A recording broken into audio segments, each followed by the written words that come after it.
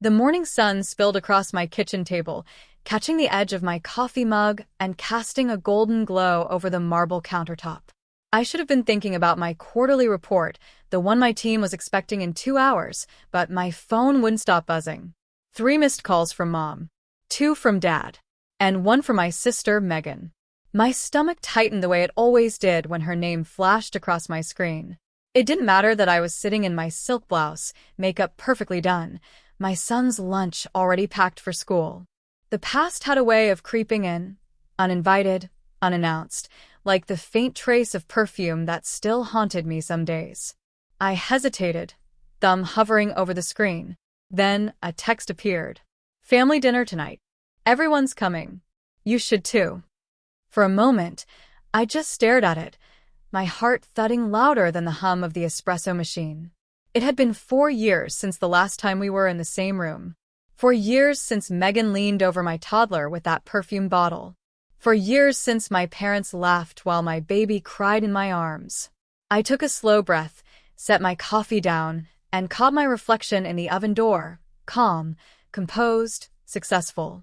But deep inside, the storm was waking up again. I can still hear the sound he made, that sharp, high-pitched scream that cut straight through me. It was a Sunday afternoon. We were at my parents' house, crowded into their living room like always, Megan perched on the armrest of the sofa, her phone in one hand, a bottle of perfume in the other. My son, Ethan, had just turned 3. He was toddling around with his toy truck, making little vroom noises that made my heart ache with pride. "Come here, stinky boy," Megan had teased, shaking the bottle like it was a toy. "Let's make you smell fancy."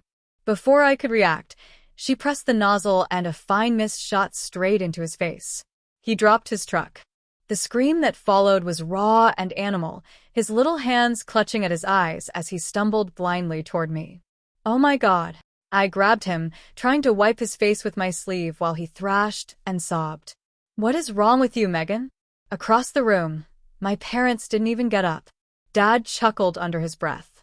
Mom smirked and said, "At least he smells better now."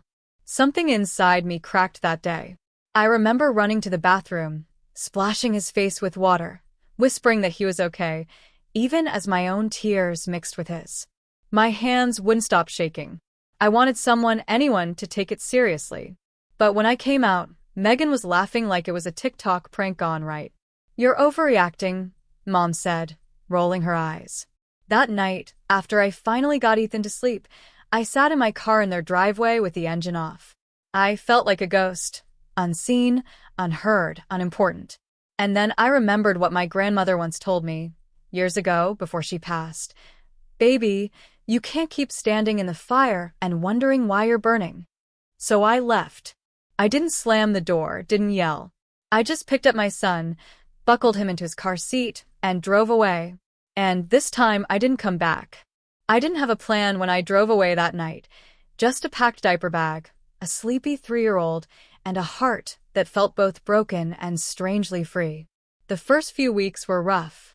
We stayed with a college friend in her small apartment, sleeping on an air mattress. I picked up double shifts at the cafe, where I used to work part-time, my body aching every night. But every time I heard Ethan's soft, even breathing as he slept beside me, I knew I had made the right choice. I found a cheap apartment a month later, nothing fancy, but it had a little balcony and sunlight that poured in every morning. For the first time in years, my space was quiet, safe. And then came the turning point, an email from a former professor, Mrs. Callahan. She had seen a resume I'd casually updated on LinkedIn and reached out. "You always had an eye for design," she wrote. "There's a junior position open at an ad agency where I consult. You should apply." I almost didn't. I felt small and out of place, like I had no right to want more than survival. But I thought of my grandmother's words again, and the next morning, I hit send. The interview was terrifying. My hands were clammy, my voice shaky, but they saw something in me. 2 weeks later, I had a badge, a desk, and a title, junior graphic designer. It wasn't glamorous at first. Long nights, tight deadlines, learning new software I'd never touched before. Sometimes I'd sit at my laptop after Ethan was asleep, fighting tears, wondering if I was failing him. But slowly, the work began to feel natural. My first campaign did well. Then, the next one. My boss, a sharp, no-nonsense woman named Lisa, took me under her wing. "You're good at this," she told me one evening as we packed up. "Stop doubting yourself and start asking for what you're worth." So I did. Within 2 years, I was promoted twice. I started freelancing on the side, building my own client list. I saved every penny I could, cutting corners where it didn't matter, investing where it did. And I didn't tell my family a thing. I posted just enough online to keep them guessing, a coffee cup here, a sunset photo there. Nothing that showed the late nights, the small wins, or the steady climb I was making. They thought I was just getting by. That was fine, because I wasn't just getting by anymore. I was building something no one could take from me. I didn't plan on going to the family dinner. In fact, I typed out "sorry, can't make it" twice before deleting it both times. But something inside me said I was ready. When I pulled into my parents' driveway that evening, Ethan, now 7, was in the back seat reading his favorite book. He looked up at the house nervously. "Do we have to stay long?" he asked. "Not long," I promised. "Just enough." The living room was just as I remembered. Same beige walls, same smell of air freshener, same framed photo of Megan from her college graduation. Only this time I didn't feel small when I walked in. Megan was the first to notice me. "Wow," she said, her eyes flicking over my navy dress and heels. "Look who decided to show up." Mom stood from the couch, arms crossed. Dad stayed seated, smirking. I smiled politely. "Hi, everyone." We sat through dinner, though I barely touched my food. They asked the usual questions. "So, what have you been doing all this time?" In that tone that suggested they already knew the answer. "Struggling, scraping by." When Mom finally said, "You could have just come home when things got hard," I put my fork down. "Things didn't get hard," I said evenly. "I just stopped letting you hurt me." Silence fell over the table. Megan laughed nervously. "Oh, come on, are we still talking about that perfume thing?" "He's fine." I looked at my son, sitting straight-backed beside me, his big brown eyes darting between us. "You're right," I said softly. "He is fine. Because I left. Because I built a life where no one thinks it's funny to hurt him." Dad shifted in his chair. "Build a life? What does that mean?" I took a slow breath and stood. "Come with me," I said. I led them outside to where I had parked. The black SUV wasn't flashy, but it was mine, fully paid off. And parked right next to it, under the soft glow of the streetlight, was my second car, a gift to myself when I got promoted to creative director last year. "I run a design agency now," I said, unlocking the car with a click. "I have a team of 6. We just landed our biggest client yet." Their faces were a mix of disbelief and something that almost looked like shame. "And this," I added, pulling out my phone, "is the house I just closed on." I showed them a photo, a 2-story place with a big yard and a swing set already waiting for Ethan. Megan's mouth opened, then closed again. You're serious," Dad said finally. "Dead serious." The night air felt electric. For years, I had pictured this moment, what it would feel like to no longer shrink under their gaze. And here it was, quiet, heavy, undeniable. For the first time, they had nothing to say. The silence stretched until Mom finally spoke. We didn't know you were doing so well." "No," I said gently. "You didn't ask." Megan crossed her arms. "So what now? You show off your shiny car, your big house, and we all clap for you." I shook my head.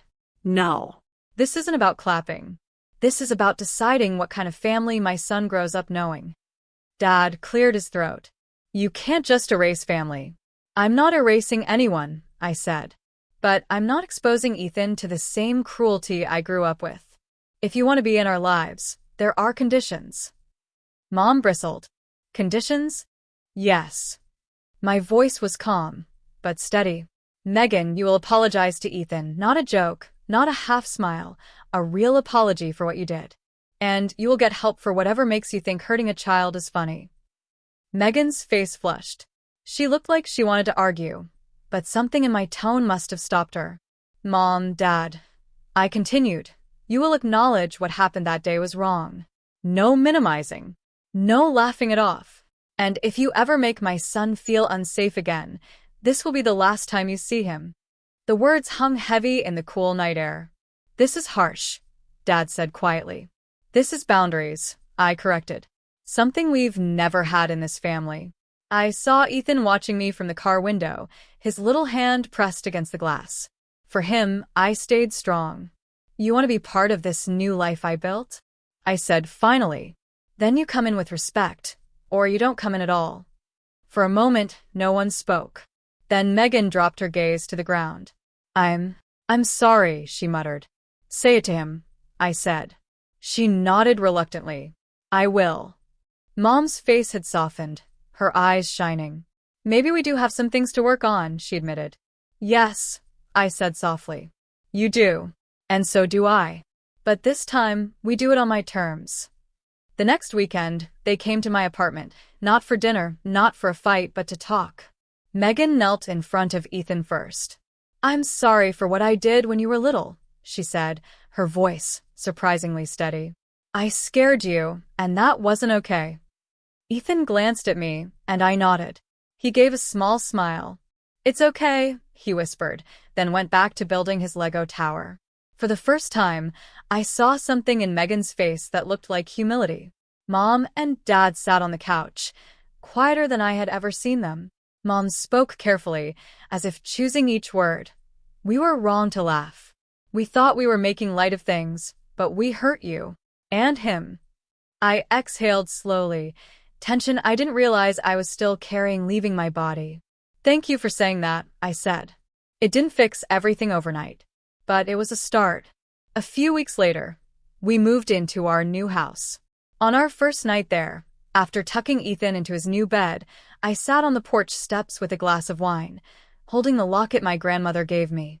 You can't keep standing in the fire and wondering why you're burning. I smiled through tears. She'd been right all along. I wasn't burning anymore. I was glowing. And as the crickets sang in the yard and the stars came out one by one, I whispered my final truth into the night. The one line I wanted Ethan to grow up knowing. The one line that had saved me. We are never going back to the fire.